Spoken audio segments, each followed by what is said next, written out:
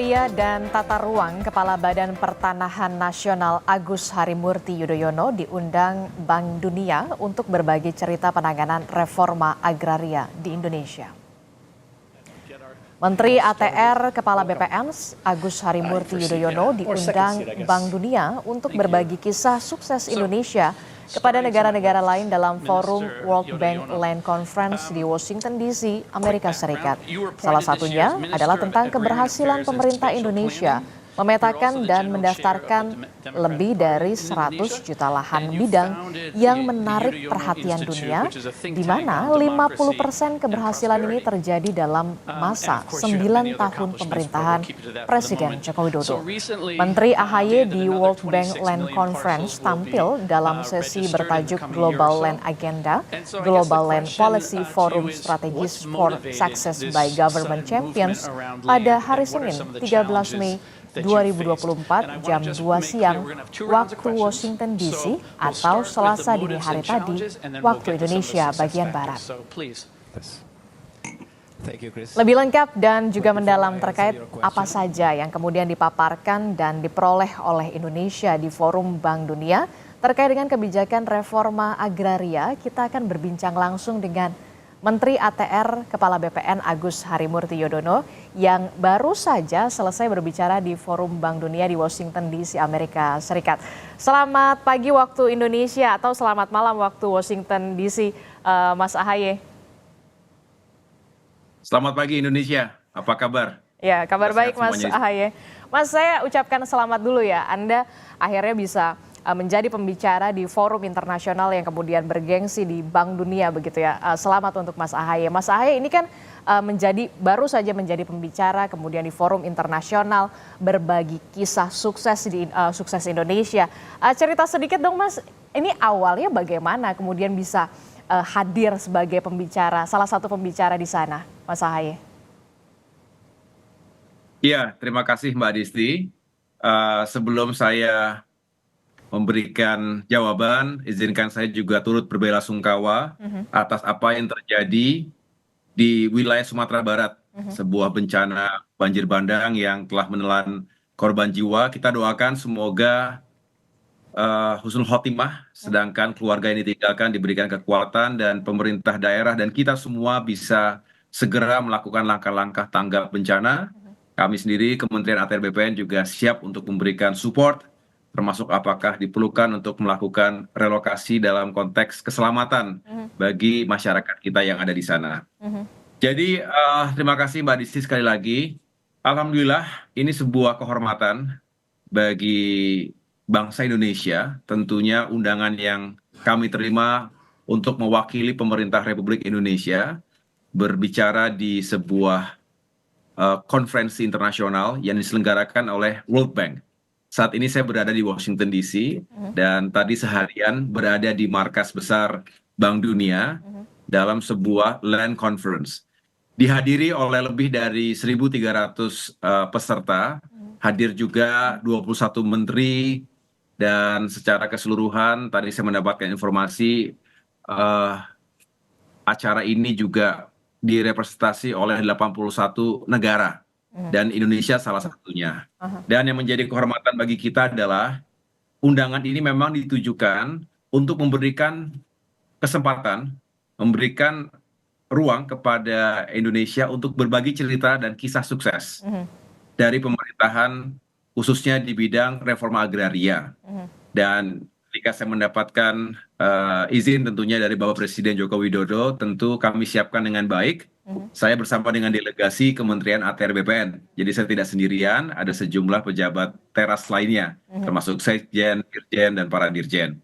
Disinilah saya merasa bahwa Indonesia memiliki hal-hal baik untuk dibagi dengan para sahabatnya, termasuk juga menceritakan apa saja yang menjadi tantangan yang kita hadapi selama ini. Oleh karena itu, saya tentunya memiliki harapan besar dengan kerja keras sekaligus juga kolaborasi dengan berbagai elemen yang ada selama ini, baik pemerintahan di pusat maupun daerah, maupun lintas kelembagaan, termasuk juga private sectors dan masyarakat umum, bahwa reforma agraria benar-benar bisa kita jalankan, menghadirkan keadilan dan juga kesejahteraan untuk rakyat di bidang pertanahan. Oke, kan kalau kita lihat ya, Mas Ahaye, Mas Menteri, ini kan bersanding juga dengan beberapa panelis lainnya begitu sebagai pembicara di forum internasional, membagikan kisah sukses bagaimana soal reforma agraria khususnya di Indonesia yang tentu saja tantangannya pastinya tidak mudah begitu. Apa yang kemudian Anda sampaikan di hadapan ribuan para peserta, bahkan tadi juga Anda menyebutkan ada lebih dari 20 menteri dari berbagai belahan dunia yang juga hadir di sana, Mas Menteri? Iya, salah satu yang menjadi pencapaian dan ini diapresiasi oleh Bank Dunia sehingga mereka memberikan kesempatan yang sangat baik ini kepada kita adalah program pendaftaran tanah sistematis lengkap (PTSL) disingkat, yang biasa kita gunakan terminologi tersebut di Indonesia, yang intinya adalah kita bisa melakukan secara sistematis, secara menyeluruh dan lengkap sertifikasi bagi para pemilik tanah, dan ini dilakukan secara masif. Tentunya ini penting. Tadi saya sampaikan ada 3 hal, Mbak Adisti, bahwa dengan memiliki sertifikat tanah ini memberikan kepastian hukum hak atas tanah, baik untuk individu, korporasi, dan juga tentu pemerintah, karena pemerintah punya aset-aset yang juga harus diyakinkan statusnya. Kemudian kita juga tadi menceritakan sejumlah kisah perjalanan yang saya lakukan selama 3 bulan atau sejak dilantik menjadi menteri oleh Bapak Presiden Jokowi, pertemuan dengan masyarakat, ketika masyarakat ini memang menantikan setelah berpuluhan tahun, belasan tahun, berada dalam sebuah lokasi, tinggal di sebuah rumah, tetapi tidak punya sertifikat tanah yang resmi. Nah, ini bahaya karena tidak punya kepastian. Bisa juga kemudian hal kedua ini kita mengatakan ada legal protection. Jadi dengan sertifikat tanah kita berharap juga terlindung warga kita dari misalnya aksi penyerobotan tanah. Tadi saya mengatakan ini praktik-praktik mafia tanah juga masih terjadi di sana-sini, merugikan rakyat dan juga negara. Tetapi juga yang tidak kalah penting adalah bagaimana ini yang juga menjadi perhatian, dengan sertifikat tanah yang kita miliki itu bisa menghadirkan akses terhadap ekonomi. Kita tahu bahwa banyak sekali masyarakat yang memiliki tantangan atau keterbatasan di bidang modal usaha. Kita tahu ada 65 juta pelaku UMKM se-Indonesia, menyerap lapangan pekerjaan yang begitu luas, termasuk berkontribusi signifikan terhadap PDB. Nah, ketika mereka punya akses modal yang lebih baik, diantaranya jika karena memiliki sertifikat tanah secari kertas yang bisa dijadikan jaminan modal usaha, ini menurut saya akan menghadirkan efek bola salju yang luar biasa secara ekonomi. Jadi 3 hal itu, samping nanti saya juga bisa menceritakan apalagi yang menjadi faktor penentu sukses dari program-program yang saya sampaikan tadi. Oke, tadi kan Anda menyebutkan kemudian ada beberapa terobosan begitu yang dilakukan oleh Kementerian ATR di masa pemerintahan Presiden Joko Widodo selama 9 tahun begitu. Nah, salah satunya adalah soal bagaimana pemberian sertifikat tanah, kemudian yang begitu masif untuk memberikan kepastian hukum, termasuk juga dampaknya dari segi ekonomi. Nah, Anda melihat respon peserta yang hadir itu bagaimana? Apakah kemudian ada pertanyaan seru dan juga menarik dari para peserta untuk Anda, Mas Menteri? Iya, jadi tadi forum yang sangat baik, semuanya saling memberikan respect dan juga berharap bisa saling belajar. Saya juga menyampaikan dengan humble bahwa apa yang dilakukan Indonesia ini ya tentu kerja keras, tapi juga setelah mengalami berbagai ups and downs. Dan setelah saya menyampaikan apa saja tantangannya, ketika kemudian ditanya oleh moderator dan juga tentunya pertanyaan dari floor begitu yang dirangkum oleh sang moderator, ditanyakan, lalu faktor apa saja yang menjadi kunci kesuksesan? Saya jawab 3 hal. Apa? Boleh saya ceritakan di sini, Mbak Disti ya. Jadi yang pertama, tentu faktor kepemimpinan dan manajemen. Ini tidak terlepas dari bagaimana seorang pemimpin di semua tingkatan bisa mentranslasikan, dari visi besar menjadi strategi, strategi menjadi action, menjadi aksi di lapangan.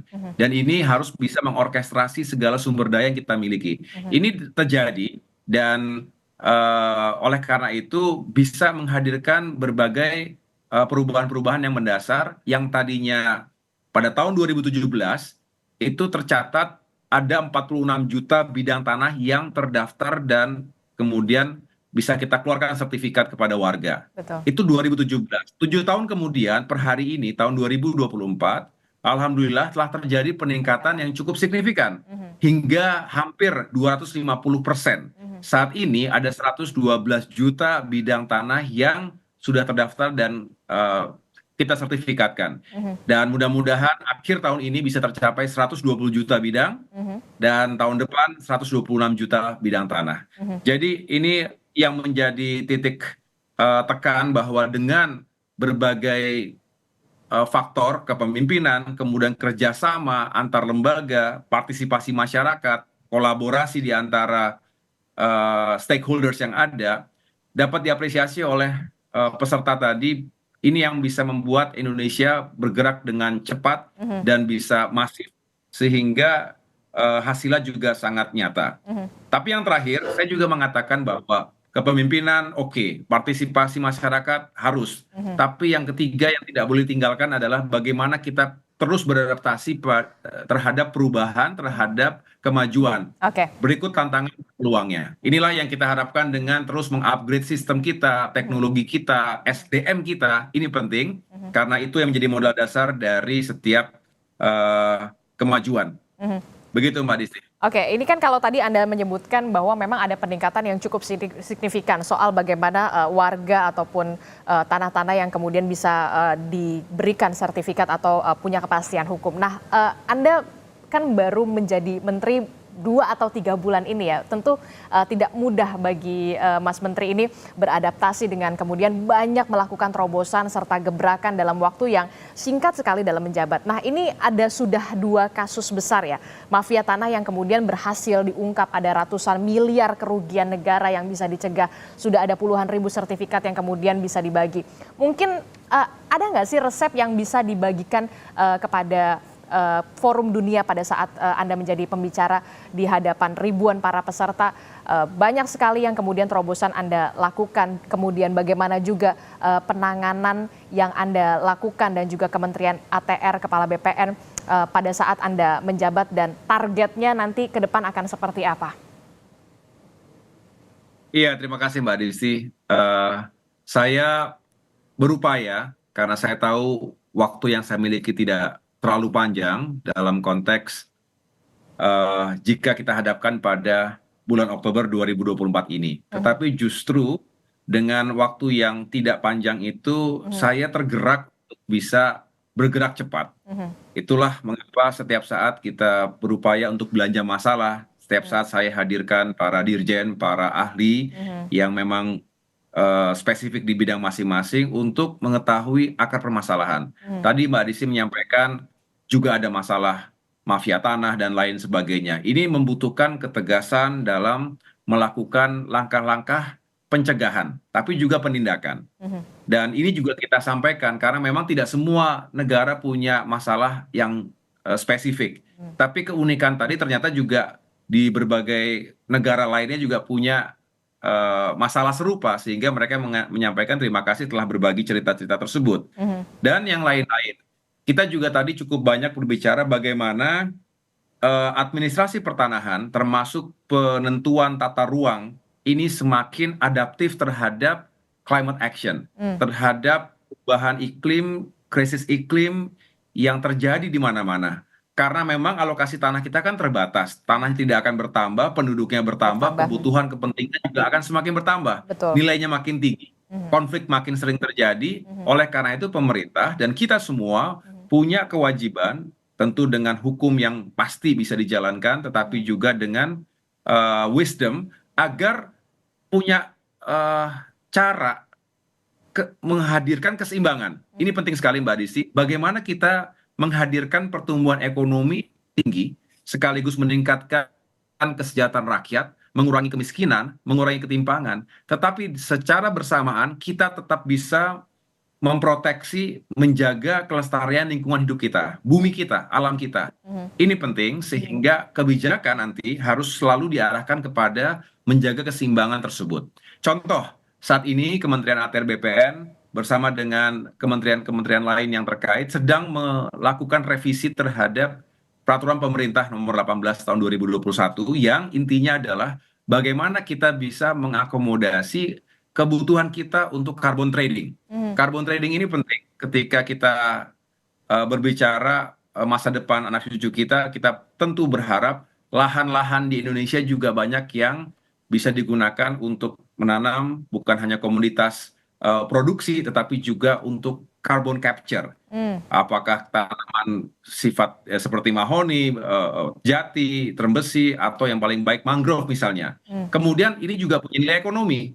Pajak masuk ke Indonesia, kemudian kita bisa menjaga lingkungan hidup kita, perusahaan atau pengusaha juga mendapatkan untung, masyarakat mendapatkan pekerjaan, jadi everybody wins. Kita berharap ini yang kita semakin gencarkan ke depan, dan sekali lagi dengan menjaga keseimbangan ini mudah-mudahan Indonesia bukan hanya dinilai sebagai warga dunia yang bertanggung jawab, tetapi juga karena kita benar-benar memperhatikan kesejahteraan rakyat kita, keadilan sekaligus kondisi lingkungan hidup kita yang harus kita jaga selamanya. Oke, begitu Mbak. Saya ucapkan terima kasih karena Anda sudah menceritakan kisah sukses bagaimana Indonesia bisa melakukan penanganan terhadap reforma agraria selama pemerintahan Presiden Joko Widodo, juga di masa kepemimpinan Anda, Mas Menteri. Mas Menteri, terakhir Mas Menteri, setelah menjadi pembicara di World Bank, kegiatan apa lagi yang nanti akan Anda lakukan di Washington DC, Mas Menteri?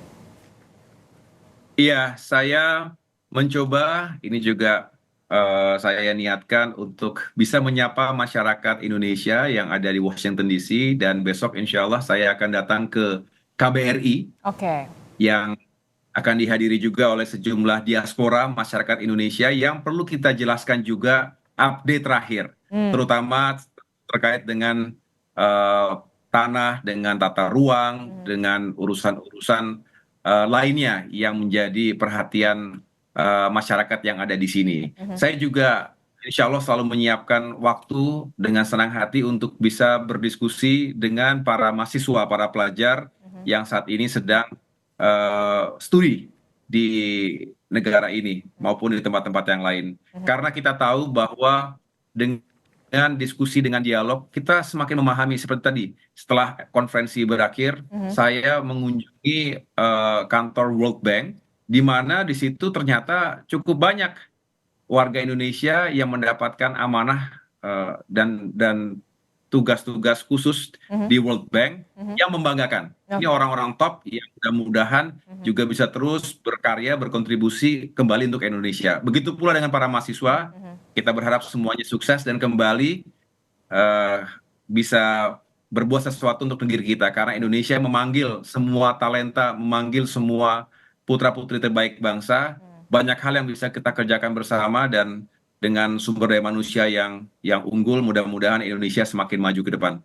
Oke, sekali lagi saya ucapkan selamat Anda sudah menjadi pembicara di forum internasional yang kemudian bergengsi sekali di World Bank, berbagi kisah sukses sebagai Menteri ATR di bawah kepemimpinan Presiden Joko Widodo dengan segala terobosan. Kita akan tunggu terobosan baru dari Anda, Mas Menteri, terkait dengan bagaimana reforma agraria di Indonesia pastinya. Terima kasih Menteri ATR, Kepala BPN Agus Harimurti Yudhoyono telah bergabung bersama kami. Terima kasih Mas Menteri, selamat sekali lagi. Assalamualaikum, selamat pagi. Terima kasih Mbak Disti.